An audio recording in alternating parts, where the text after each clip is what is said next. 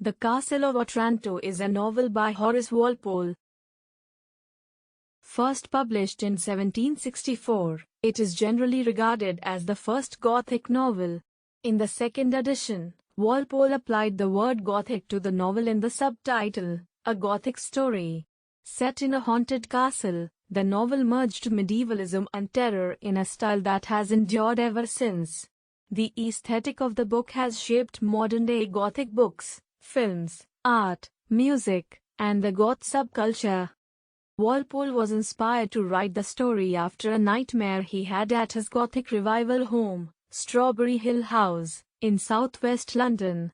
The novel initiated a literary genre that would become extremely popular in the later 18th and early 19th century, with authors such as Clara Reeve, Anne Radcliffe, William Thomas Beckford, Matthew Lewis, Mary Shelley, Bram Stoker, Edgar Allan Poe, Robert Louis Stevenson and George du Maurier.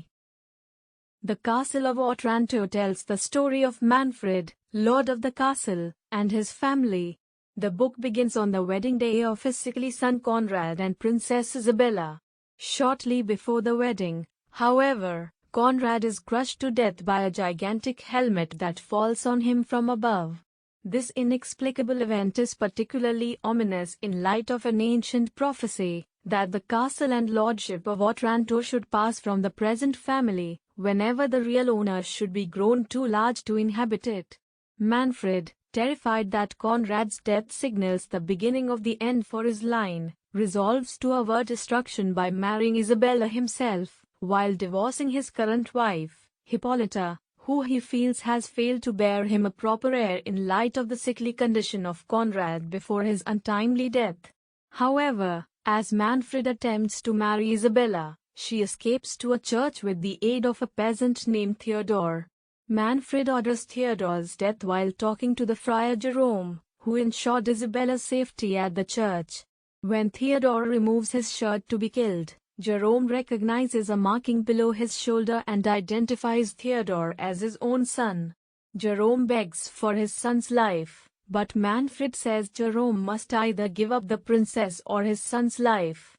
They are interrupted by a trumpet and the entrance of knights from another kingdom, who want to deliver Isabella to her father, Frederick, along with the castle, as Frederick has a stronger claim to it, another reason Manfred wishes to wed Isabella.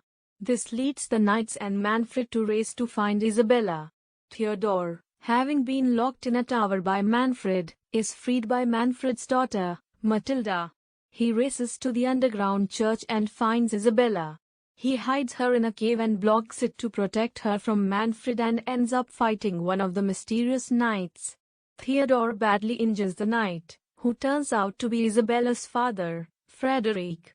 With that, they all go up to the castle to work things out. Frederick falls in love with Matilda, and he and Manfred make a deal to marry each other's daughters. Frederick backs out after being warned by an apparition of a skeleton. Manfred, suspecting that Isabella is meeting Theodore in a tryst in the church, takes a knife into the church, where Matilda is meeting Theodore. Thinking his own daughter is Isabella, he stabs her. Theodore is then revealed to be the true Prince of Otranto as Matilda dies, leaving Manfred to repent. A giant ghostly form appears, declares the prophecy fulfilled and shatters the castle walls. Manfred abdicates the principality and retires to religion along with Hippolyta. Theodore becomes prince of the remains of the castle and is married to Isabella, for she is the only one who can truly understand his sorrow.